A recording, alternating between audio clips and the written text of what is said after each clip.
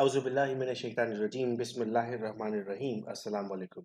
Students, week 1 हमने complete किया जिसमें हमने माइक्रोसॉफ्ट वर्ड के कंप्लीट फीचर्स को समझ लिया था और आज से हम वीक 2 स्टार्ट कर रहे हैं। आज हमारा वीक 2 का पहला लेक्चर है, यानी माइक्रोसॉफ्ट पावर पॉइंट पढ़ने जा रहे हैं हम आज। और पावर पॉइंट में आज हम ये देखेंगे कि किस तरीके से हम अपनी स्लाइड्स को जनरेट कर रहे होते हैं। इसमें भी हमारे पास home, insert, design, transitions, animations, slide show, review और व्यू के फीचर्स हैं, जिन्हें हम एक एक करके सिंगल सिंगल लेक्चर्स में डिस्कस कर रहे होंगे। सबसे पहला बेटा हमारे पास यहाँ पर फीचर है होम, जिसमें हमारे पास एक ऑप्शन है पेज का। अगर लेट सपोज मैं यहाँ से इस पर्टिकुलर पार्ट को क्लिक करता हूँ और मैं इसे कॉपी करता हूँ।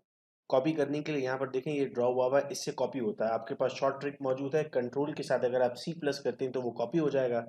आप चाहें तो यहाँ से क्लिक करके भी कॉपी कर सकते हैं। कॉपी करने के बाद अब आपने यहाँ पर क्लिक कर दिया और यहाँ पर आपने पेस्ट का बटन प्रेस किया। जैसे ही आपने पेस्ट का बटन प्रेस किया, एक और आपके पास ये जनरेट हो गया। आप चाहते तो कंट्रोल V से भी डायरेक्ट पेस्ट कर सकते थे। लेट सपोज आप कहते हैं कि ये जो यहाँ पर लिखा हुआ है, इसे आपको परमानेंटली कट करना है, तो आप यहाँ पर ये सिजर बनी हुई है, इस सिजर का इस्तेमाल करते हुए इसको कट कर सकते हैं, या फिर अगर आप कंट्रोल X का इस्तेमाल करेंगे तब भी ये कट हो जाएगा। अभी आपको यहाँ पर नज़र नहीं आ रहा, और अगर आप इसको दोबारा लाना चाहते हैं तो आप इसे पेस्ट कर देंगे, क्योंकि आपने इसको कट किया हुआ था, ये आपके पास दोबारा वापस आ गया। ये जो स्टूडेंट्स आपके पास फीचर था, ये फॉर्मेट पेंटर है। मैं चाहता हूँ कि इसी फॉन्ट में, इसी कलर पे, ये जो नीचे बॉक्स है जिस पे LTS लिखा हुआ, ये भी आ जाए। तो मैंने इस पर क्लिक किया और यहाँ से मैंने फॉर्मेट पेंटर पे क्लिक कर दिया। जैसे ही पेंटर पे क्लिक करने के बाद मैंने नीचे वाले बॉक्स पे क्लिक किया, तो इसका कलर भी चेंज हो गया, साइज भी चेंज हो गया। ये बिल्कुल वैसे ही हो गया जैसे इससे पहले वाला मौजूद था मेरे पास।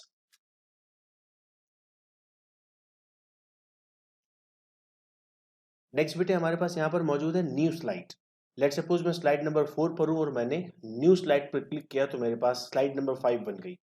मैं चाहूँ तो स्लाइड नंबर 4 पर जब मैं राइट क्लिक करूंगा, तब भी मेरे पास कुछ ऑप्शंस खुलते हैं, जिसमें copy, cut, paste, new slide या डुप्लीकेट स्लाइड का ऑप्शन भी आता है। लेट सपोज मैं चाहता हूँ ये स्लाइड मैं एक और दफ़ा यहाँ पर ले आऊँ, तो मैंने स्लाइड पर क्लिक किया, राइट क्लिक किया और डुप्लीकेट स्लाइड कर दिया, तो यहाँ पर मेरे पास सेम स्लाइड यहाँ पर दोबारा आ गई। मैं चाहूँ तो यहाँ से न्यू स्लाइड भी ले सकता हूँ, ये मेरे पास एक न्यू स्लाइड आ चुकी है।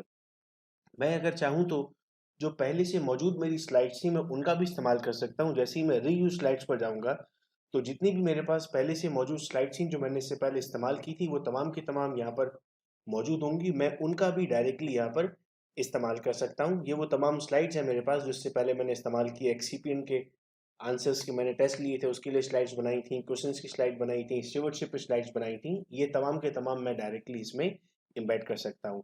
नेक्स्ट ऑप्शन बेटे मेरे पास आता है लेआउट का। मैं किस तरह का लेआउट चाहता हूँ? मैं चाहता हूँ कि मेरे पास दो कंटेंट हो। तो आप देख रहे हैं कि अब आपके पास दो बॉक्सेस बन गए यहाँ पर। एक टाइटल है, मैं चाहता हूँ कि मेरे पास ये सिंगल हो। तो आप देख रहे हैं कि ऊपर क्लिक टू एक टाइटल आ गया और यहाँ पर सब टाइटल आ गया। मैं यहाँ पर चाहता हूँ कि मेरे पास सिर्फ टाइटल हो उसमें, तो आपके पास ऊपर सिर्फ टाइटल लिखा हुआ आ रहा है। यहाँ से आप जो चाहें वो लेआउट, आप चाहते हैं कि नहीं सर कुछ भी ना आ रहा हो, मैं खुद यहाँ पर ड्रॉ करूंगा, तो आपके पास यहाँ पर आप देख रहे हैं कि अब कुछ भी लिखा हुआ नहीं आ रहा आपके पास। फिर इसके बाद आपके पास यहाँ पर सेक्शन मौजूद है। आप चाहते हैं कि आप अपनी स्लाइड्स में सेक्शन ऐड कर रहे हो और आप उस सेक्शन को नाम दे दें, फॉर एग्जांपल क्लास। तो आपके पास एक सेक्शन ऐड हो गया जिसका नाम आपने क्लास रख दिया है। आप चाहें तो अपने मुख्तलिफ स्लाइड्स को मुख्तलिफ सेक्शंस में डाल रहे होते हैं। अक्सर स्टूडेंट्स ग्रुप में प्रेजेंटेशन दे रहे होते हैं और बच्चों ने अपनी स्लाइड्स बनाई होती हैं। शुरू की 5 स्लाइड्स किसी स्टूडेंट की होती है, फिर दूसरे स्टूडेंट को लेनी होती है, फिर दूसरे स्टूडेंट को लेनी होती है। तो वो क्या करते हैं, इसमें या सेक्शंस बना लेते हैं। इन्हें याद रहता है कि स्लाइड के बाद अब उनके किस फ्रेंड को आना था उस स्लाइड को प्रेजेंट करने के लिए। मैं यहाँ पर एक न्यू स्लाइड ले लेता हूँ ताकि मैं कुछ फीचर्स को यहाँ पर समझ सकूँ। अब यहाँ पर बेटे फॉर एग्जाम्पल हम कुछ भी लिखते हैं। मैंने यहाँ पर लिखा MSQ फाउंडेशन। मैंने इस पूरी को सिलेक्ट कर दिया और अब यहाँ से मैं उसका फॉन्ट चेंज कर सकता हूँ। फॉर एग्जांपल मैंने अल्जीरियन फॉन्ट ले लिया। मैं यहाँ से डायरेक्ट भी साइज इंक्रीज कर सकता हूँ, यहाँ से साइज में डायरेक्टली डिक्रीज कर सकता हूँ। यहाँ से बोल्ड हो जाएगा, इटैलिक हो जाएगा, अंडरलाइन हो जाएगा। मैं जो चाहे फीचर यहाँ पर ले सकता हूँ। अगर मैं यहाँ पर इसे कट करना चाहता हूँ, जैसे हमने वर्ड में फीचर पढ़ा था, तो वो भी बड़ी आसानी के साथ हम कर सकते हैं। अगर मैं यहाँ पर इसकी फॉर्मेटिंग करना चाहता हूँ कि टाइट, वेरी टाइट या लूज लिखा हुआ हो, वर्ड्स एक दूसरे से दूर हो, वेरी लूज हो, बहुत ज़्यादा दूर लिखे हो और ज़्यादा स्पेसिंग हो, या नॉर्मल जैसे आप अपनी हैंड राइटिंग में करते हैं बिल्कुल वैसे ही आप यहाँ पर भी कर सकते हैं। आप यहाँ पर बेटे कलर सेलेक्ट कर सकते हैं, आप चाहते हैं कि इस तरह येलो आ जाए इस पर या इस तरह ग्रीन आ जाए। मैं इसको रिमूव कर देता हूँ यहाँ से।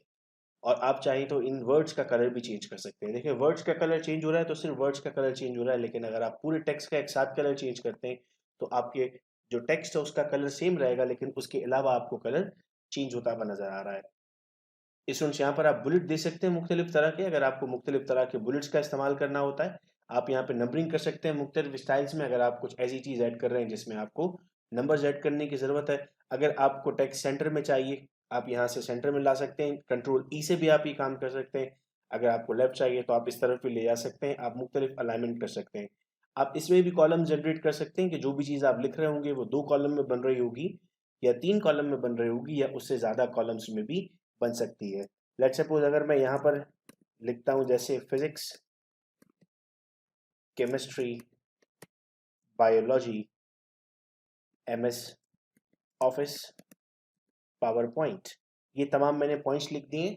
इनको सेलेक्ट करने के बाद अब अगर मैं इस पर क्लिक करता हूँ और मैं इसे रोटेट कर देता हूँ, ये देखिए कंप्लीट टेक्स्ट आपका रोटेट होता जा रहा है। मैं यहाँ लिखना चाह रहा हूँ तो यहाँ लिख दिया है, इसको मैं पहले यहाँ पर 1 कॉलम कर देता हूँ ताकि क्लियर आपको समझ में आ रहा हो। अब देखिएगा स्टूडेंट्स इसको, ये रोटेट हो गया, सब वहाँ लिखा हुआ आ रहा है, ये यहाँ पर रोटेट हो गया आपके पास, ये इस तरह स्टैक होता हुआ आ गया। मुख्तलिफ तरीकों से आप अपने टेक्स्ट को लिख सकते हैं। कभी हम देखते हैं कि टेक्स्ट इस तरह लिखा हुआ आता है, हम परेशान रहते हैं कि इस तरह का टेक्स्ट कैसे लिखा जा रहा होता है, वो आप इस तरीके से बड़े आसानी से लिख सकते हैं। आप ये सेंटर में या लेफ्ट में आप ये फॉर्मेटिंग कर सकते हैं। मैं इसे दोबारा से नॉर्मल कर देता हूँ और यहाँ पर देखिएगा कि अब मैं इसे मिडिल में ले आया या बॉटम पर ले गया तो मैं इजीली इसको अपने पास रोटेट कर सकता हूँ। यहाँ से स्टूडेंट्स हम मुख्तलिफ कलरफुल स्मार्ट आर्ट्स ऐड कर सकते हैं।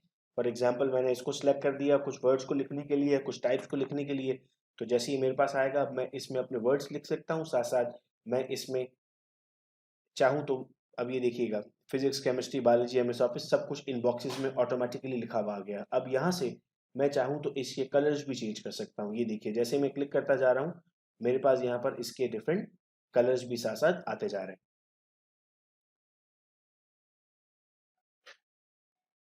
तो हमारे पास मुख्तलिफ वैरायटीज भी यहाँ पर मौजूद हैं। हम चाहें तो यहाँ पर इस ग्राफिक को ख़त्म भी कर सकते हैं, जो जो सेटिंग्स हमने की थी यहाँ से हम उसे रिवर्ट भी कर सकते हैं। हम अगर चाहते हैं नहीं केमिस्ट्री टॉपर होना चाहिए, फिजिक्स नीचे होना चाहिए, इस तरह देखिए मैं क्लिक करता जा रहा हूँ मेरे पास फिजिक्स की पोजीशन चेंज होती जा रही है। मैं अप करता जाऊंगा तो फिजिक्स की पोजीशन अब होती जा रही है। हमारे पास यहाँ पर मुख्तलिफ, मैं यहाँ पर इसका मैं चाहता हूँ कि नहीं इसको इस कलर में नहीं लिखना है, या मैं कहता हूँ नहीं इसको इस कलर में लिखना है, तो ये इस तमाम के तमाम जो इसकी ग्राफिक्स है वो हम यहाँ से एक्सप्लेन कर रहे होते हैं। हम दोबारा से होम की तरफ आते हैं। अब हम शेप्स पर आते हैं। वो तमाम शेप्स जो एमएड वर्ड में हमारे पास मौजूद थी सेम पावर पॉइंट में भी मौजूद है। अगर मैं एक न्यू स्लाइड लेता हूँ यहाँ से और इस न्यू स्लाइड पर मैं कोई भी शेप बनाने की बात करता हूँ, लेट सपोज मैं कहता हूँ कि मैं स्माइली शेप यहाँ पर ड्रॉ करना चाहता हूँ, तो मैं उसको यहाँ ड्रॉ कर सकता हूँ। उस पर मैं डबल क्लिक करूंगा, मैं शेप आउटलाइन ब्लैक कर देता हूँ और मैं शेप फिल जो है वो वाइट कर देता हूँ, तो मेरे पास ये शेप यहाँ पर जनरेट हो गई है। नेक्स्ट हमारे पास अरेंज करना है। अब अगर मैंने इसको सिलेक्ट कर लिया और सिलेक्ट करने के बाद मैं चाहता हूँ कि मैं इसे फ्रंट की तरफ ले आऊँ, बैक की तरफ ले आऊँ, लेट सपोज ये मेरे पास लिखा हुआ है, मैंने यहाँ से इसे कंट्रोल सी से कॉपी कर लिया और मैं यहाँ ले आया और मैंने यहाँ पर इसे पेस्ट कर दिया, तो ये टेक्स्ट के ऊपर नजर आ रहा है। अभी मैं अरेंज पर गया, अरेंज पर जाने के बाद मैंने इसे सेंड टू बैक कर दिया। जब मैंने इसे सेंड टू बैक किया तो अब आप देख रहे हैं कि टेक्स्ट आपको यहाँ से बज़ाहिर नजर आ रहा है, टेक्स्ट बॉक्स आपको दिख रहा है, उसके पीछे यहाँ पर कहीं आपके पास अब वो इमेज जा चुकी है। अगर बेटे इसको मैं सिलेक्ट करके यहाँ से दोबारा आपके सामने फ्रंट कर देता हूँ तो आपको ये फ्रंट पर होती हुई दोबारा से नजर आ रही है। दोबारा से हम होम की तरफ चलते हैं। नेक्स्ट हमारे पास अब सेम फीचर्स हैं फाइंड करने के और रिप्लेस करने के, यानी अगर मैं चाहता हूँ कि मैं किसी वर्ड को फाइंड करूँ उस पूरे वर्ड पावर पॉइंट के डॉक्यूमेंट में, या मैं इसे रिप्लेस करूँ, तो जिस तरह एमएस वर्ड में हम यूज कर रहे थे बिल्कुल उसी तरीके से हम इसको भी सॉल्व कर सकते हैं। नेक्स्ट एक और फीचर हमें मिलता है, हम इसे यहाँ से क्लोज कर देते हैं। नेक्स्ट एक फीचर हमें मिल रहा होता है कि अगर हम कोई स्लाइड डिजाइन कर रहे होते हैं अपनी, तो उस स्लाइड डिजाइन में हमारे पास हमने किसी एक भी पार्ट को क्लिक कर दिया, क्लिक करने के बाद हम यहाँ पर इसे डिफरेंट शेप्स में कन्वर्ट भी कर सकते हैं। आपने देखा कि अब सिंपल टेक्स्ट में कन्वर्ट हो गया, ये अब आपके पास यहाँ पर कोई फॉर्मेटिंग मौजूद नहीं है। तो स्टूडेंट्स ये आपके पास पहला पोर्शन था, होम पोर्शन, जिसमें तमाम बेसिक चीज़ें हमने सीख ली। जो तमाम रजिस्टर्ड पार्टिसिपेंट्स हैं अपनी अटेंडेंस मार्क कर लें, बिकॉज वीक 1 के बाद वीक 2 की अटेंडेंस भी आपकी काउंट होना स्टार्ट होगी आपके सर्टिफिकेट और पार्टिसिपेशन के लिए। इंशाल्लाह कल के वीडियो लेक्चर में हम सेकंड पार्ट यानी इंसर्ट को डिटेल में डिस्कस करेंगे। अपना बहुत ख्याल रखिएगा। बहुत शुक्रिया इस वीडियो लेक्चर को सुनने का। अल्लाह हाफिज़।